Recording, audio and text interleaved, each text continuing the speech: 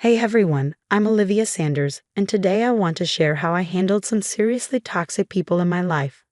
I'm 25, an aspiring artist, and I never imagined I'd be telling you about the time my own grandmother tried to scald me with boiling water. But here we are. It all started 2 years ago when my mom, Sarah, passed away. She was my best friend, my biggest supporter, and losing her felt like someone ripped a part of my soul out. The only thing that kept me going was the beautiful collection of jewelry she left behind. Each piece told a story. After her death, I stayed in our family home with my grandmother, Martha. At first, it was comforting, like having a piece of mom still around. But things started to get strange when Frank entered the picture. "Olivia, dear, have you met Frank?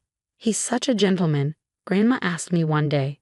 I forced a smile. "Nice to meet you." Frank, this charming 60-year-old widower, began visiting more frequently. I tried to be happy for Grandma, but something didn't feel right. My best friend, Zoe, noticed it too. One day over coffee, she said, "Liv, don't you think it's time you got your own place? Your grandma's acting like a teenager with this Frank guy."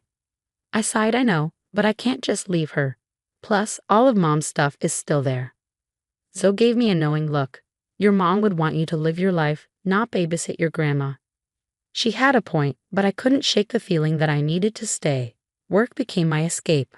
I was doing graphic design at a small firm, trying to save up for art supplies. That's where I met Ethan. "Hey Olivia, check out this design I'm working on," Ethan called me over one day. As I leaned in, catching a hint of his cologne, I smiled. "Wow, that's amazing. I wish I could create like that." He grinned. "You're kidding, right?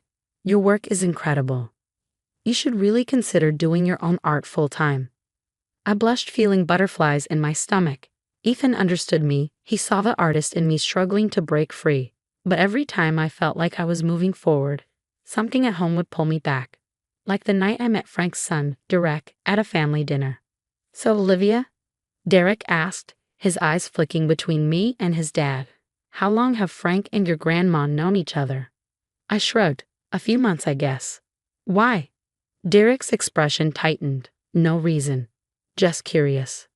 Something about his tone unsettled me. But before I could ask more, Grandma Martha burst into the room. "Everyone, I have wonderful news," she exclaimed, her face glowing with excitement. "Frank and I are getting married." The room went silent. It felt like a punch to the gut. "Married, Grandma? Isn't this a bit sudden?" I asked, trying to hide my shock. She waved off my concern. "Oh, pish-posh, when you know, you know."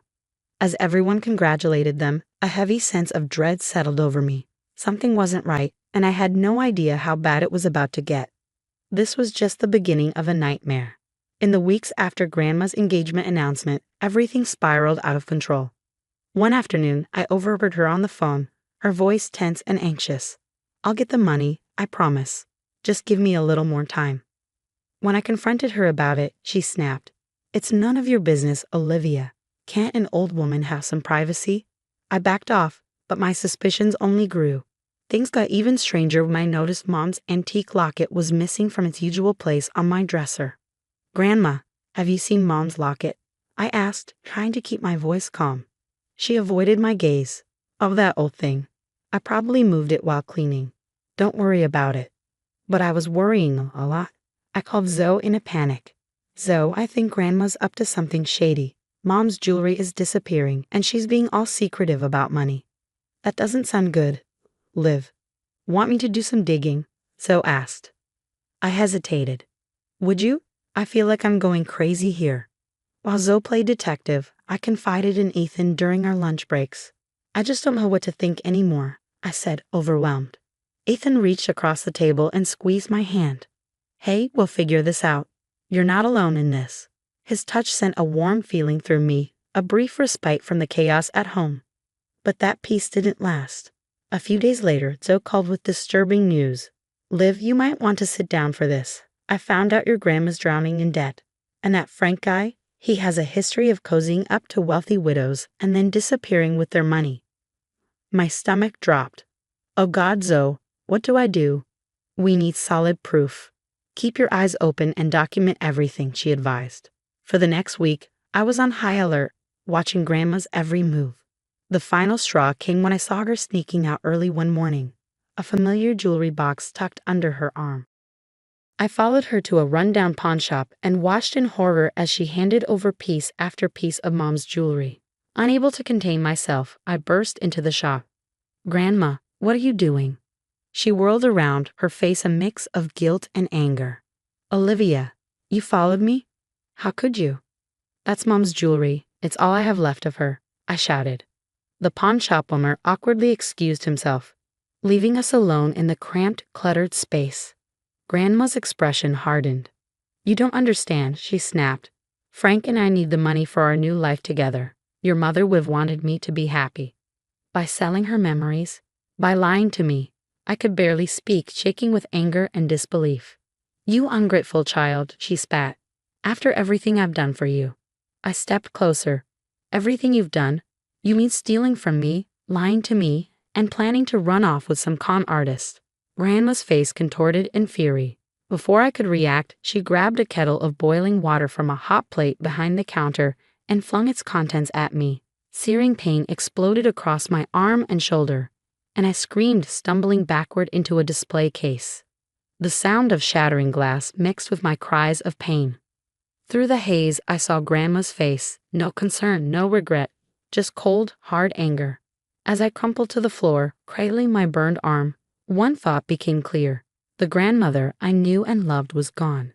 In her place was a stranger, someone who had just shattered the last thread of trust between us.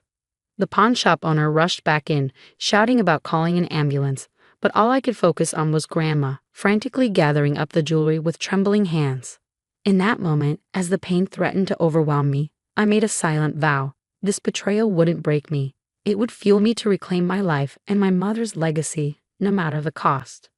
The next few weeks were a blur of hospital visits, police reports, and tears. The burns on my arm and shoulder were healing, but the emotional scars ran deep. Zoe was my rock. "You're staying with me," she insisted, helping me pack up my things from Grandma's house. No arguments. I didn't have the energy to argue. As we loaded the last box into Zoe's car, Grandma Martha appeared at the doorway. "Olivia, please, can we talk?" she asked, her voice trembling. I couldn't even look at her. "There's nothing to talk about. You made your choice." A few days later, I got a surprising call from Derek, Frank's son. "Olivia, it's Derek. I heard what happened. I'm so sorry.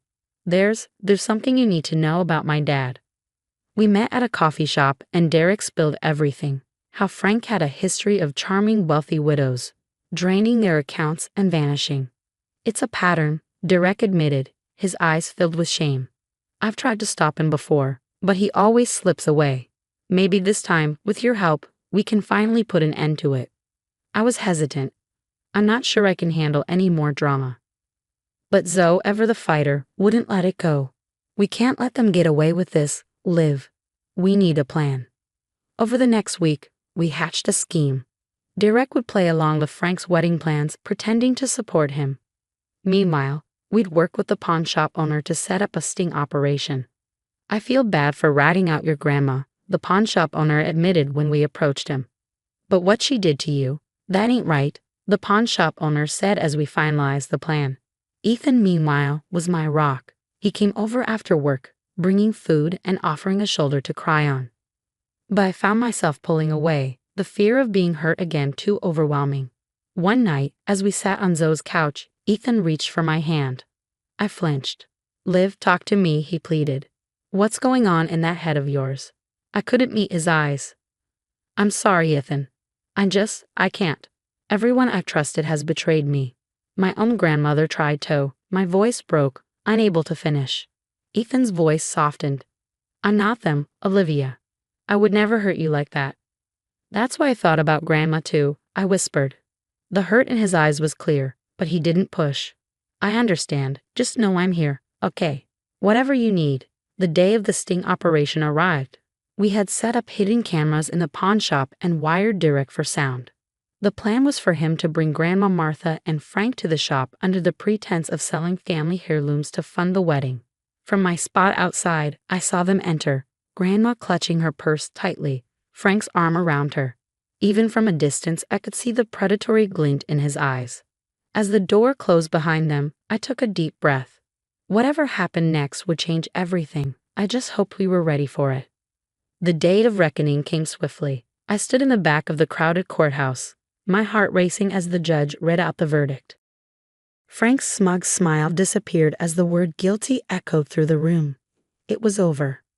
When I went back to Grandma's house to collect the last of my things, I saw her watching from the window. Our eyes met briefly before she quickly pulled the curtains closed. That was the last time I ever saw her. With a nightmare behind me, I threw myself into my art. All the pain, betrayal, and healing poured into my canvases. Ethan stood by me through it all. "These are incredible, Liv," he said one night, studying my latest piece. "You're turning your pain into something beautiful." I leaned into him, feeling safe for the first time in months. "I couldn't have done it without you." Zoe, being the unstoppable force she is, helped me set up my own studio. "This is just the beginning," she declared as we painted the walls. "You're going to be huge, Liv. I can feel it." She was right. My first small exhibition sold out in a week. Then came a feature in a local art magazine. Before I knew it, galleries in the city were calling.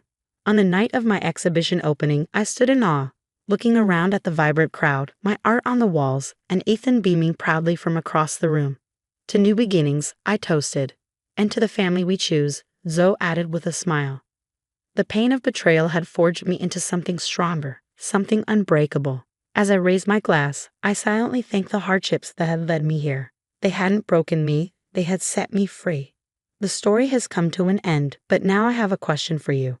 If you were in my shoes, would you ever forgive Martha for what she did? Is there a line that, once crossed, makes reconciliation impossible, even with family? Share your thoughts in the comments below. Your experiences and opinions matter, and they could help others who might be going through something similar. If you enjoyed this story and want to hear more like it, please hit that like button and subscribe to the channel. Your support means everything and helps us continue sharing these important stories. Thanks for listening, and I'll see you in the next video.